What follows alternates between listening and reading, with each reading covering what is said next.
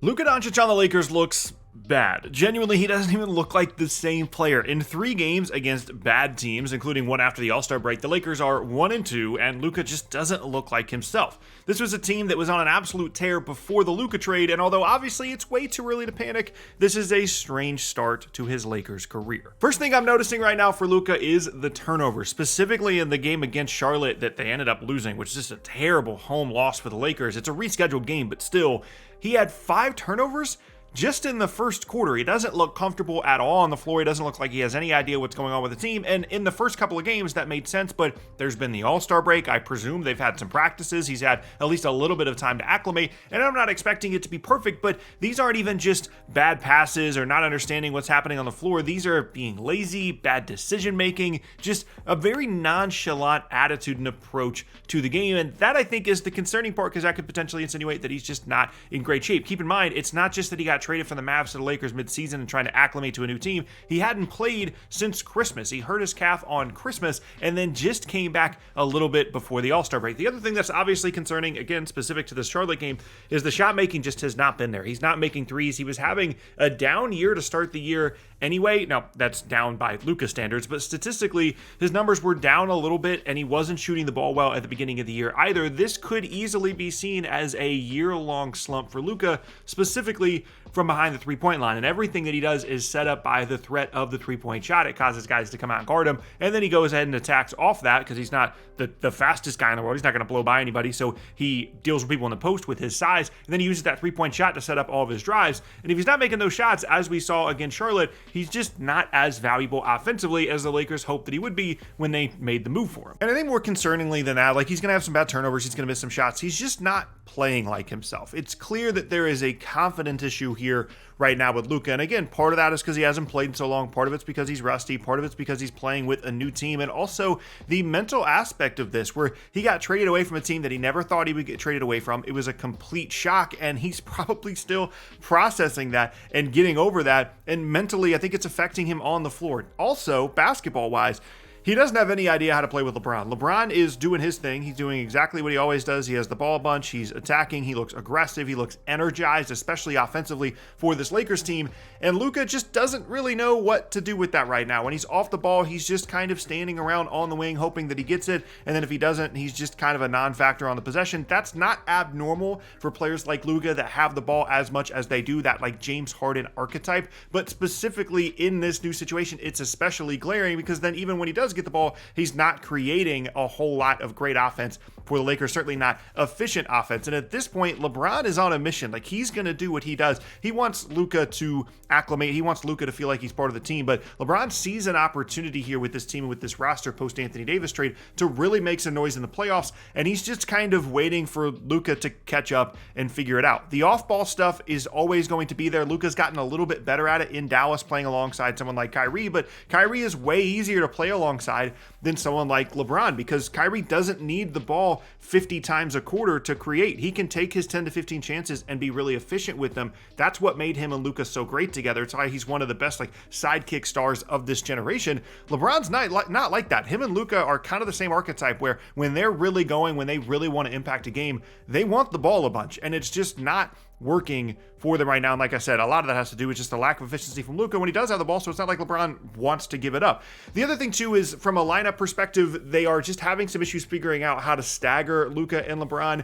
They want him to be himself at times, but it doesn't work that way all the time when LeBron's on the floor. Like, Luka just getting it, creating everything in ball screen action isn't happening as much as you would like for it to for the Lakers right now. And so they've got to figure out a way to stagger those guys better. The Austin Reeves part of this is concerning as well, because you don't want to limit what he does. He was playing so well before the Luka trade, and all three of those guys starting makes sense, but I wouldn't be surprised if eventually, I've said this before, if Austin Reeves moves to the bench eventually, and that he's like the Kyrie to Luka, where Luka runs a lot of the second unit stuff. It's him and LeBron out there together, then LeBron sits, and then it's Luka and Austin Reeves, and maybe that's a scenario he feels more comfortable in. But right now, the LeBron-Luka dynamic is just very awkward, and it's very uncomfortable. Now, we could have anticipated that, but I just would have thought that even if it was awkward, even if it was your turn, my turn, they still would have gotten really efficient offense out of Luka. And I think that's the bottom line of the problem, is that he's just not playing well. And in a month, when he comes back a little bit more from the injury and feels a little bit more comfortable, maybe it'll be fine. But it's pretty much as concerning of a start offensively as you could have hoped for the Lakers, because that's what the trade was supposed to do. It was supposed to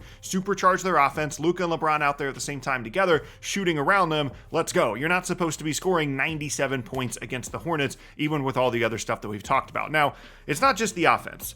Luka has never been a very good defender. Obviously, athletically, he's very limited in terms of what he can do. He also doesn't try that hard in most scenarios. There have been times in the past where he has actually tried and been a decent defender. That has not been the case so far with the Lakers, and that tells me two things. One, he's working his way back into shape. He's not putting in a ton of effort offensively or defensively, because he knows that once he gets down to the other end of the floor, he wants to have energy to try and score and create. And defensively, he's just kind of loafing around out there. That also leads to foul issues, which he had against Charlotte. Ended up with 5 fouls in the game. Easily could have fouled out. There's a lot of, I just don't really want to pay attention. I don't really want to try. Let me just reach and pick up a foul here. And then by the end of the game, he has 5 fouls. That was also a problem in Dallas when he wasn't particularly motivated. The issue for the Lakers at the moment is that this is not the Dallas Mavericks roster. The Mavs roster was very insulating to Luka's defensive issues, because even Kyrie, when Kyrie really wants to try, he can guard. And then you've got a bunch of size. You got PJ Washington, you got Derek Lively, you've got Daniel Gafford. They had size and defense everywhere to cover up when Luka just wasn't really feeling like guarding. And not only do the Lakers not have that, they've got decent defenders, like Dorian Finney-Smith is fine, but they don't have rim protection either. Like, it's Jackson Hayes at the rim for 20 minutes a game, and then it's whoever the small ball 5 is out there, Jared Vanderbilt, Dorian Finney-Smith, whatever the case may be. They just don't have a defensive group that is going to be able to insulate Luka the way that he has grown accustomed in Dallas. And that's not necessarily a bad thing long term. Like, the ultimate vision for Luka in LA, if he stays, is him as the focal point like it was in Dallas, and they'll figure out the defense around him. But for this year's version of the Lakers, it's going to be a problem. Like, Gabe Vincent and Jared Vanderbilt are not good enough defenders to save this Lakers defense, and Jackson Hayes is supposed to be a 15-minute per game guy for them, and right now they're asking him to start games and probably play only around like 20 minutes, but still, they basically are playing 15 to 20 minutes of a true 5 during these games. And when you have a defender that is as disinterested as Luka is at the moment, that is going to be a massive issue. And I think really that is the bottom line here, is that this is just a weird roster. And they tried to remedy that by trading for Mark Williams, and that trade was what it was, and it got rescinded. And if they were able to make the Mark Williams trade, potentially the roster would make more sense. Luka would feel more comfortable in these ball screen actions, having a lob threat that isn't Jackson Hayes, and maybe things would look much better if they were able to actually make the Mark Williams trade. Obviously, that hasn't happened, and this is just not the roster that the Lakers anticipated having after the trade deadline once they traded for Luka. They thought they were going to be able to bring in some help at the 5. Alex Len has not been that solution at all, and they just don't have any options anymore at this point. Like, they've used their option in terms of picking up another 5. They chose Alex Len. It's not going well. They can't trade for another 5, and this is just the team the rest of the year. But that brings me to what I've said in every Luka video that I've made. I don't think that the Luka trade was about this season. As much as it might have energized LeBron, as well as the Lakers were playing before the Anthony Davis trade, as much as they might feel like they have a decent chance at like the 2 seed in the West if they play really well towards the end of the year, this is not about trying to win the title this year. It might make them a little bit more competitive in certain matchups in the postseason, and if Luka and LeBron figure it out and are playing awesome offensively, that's going to be tough to deal with, but they didn't have anything to do with this year or next year. It was about changing the future of their team. It was about getting rid of Anthony Davis and bringing in Luka, and the 5-year age gap between those two guys, and Luka as this focal point superstar moving forward with the Lakers. And if there are issues this season and they struggle to integrate him, and he's not fully healthy, and he's not well conditioned, and the roster is weird, and they don't have a center, and they can't guard, I think all that stuff is super understandable, and part of the Lakers probably knew when they made the deal and they traded away Anthony Davis that that was going to be a possibility, a significant possibility when they made the move. Now, they certainly didn't anticipate it being as bad as it has been, but this isn't necessarily surprising given the way they changed the roster when they made the Luka trade in the first place.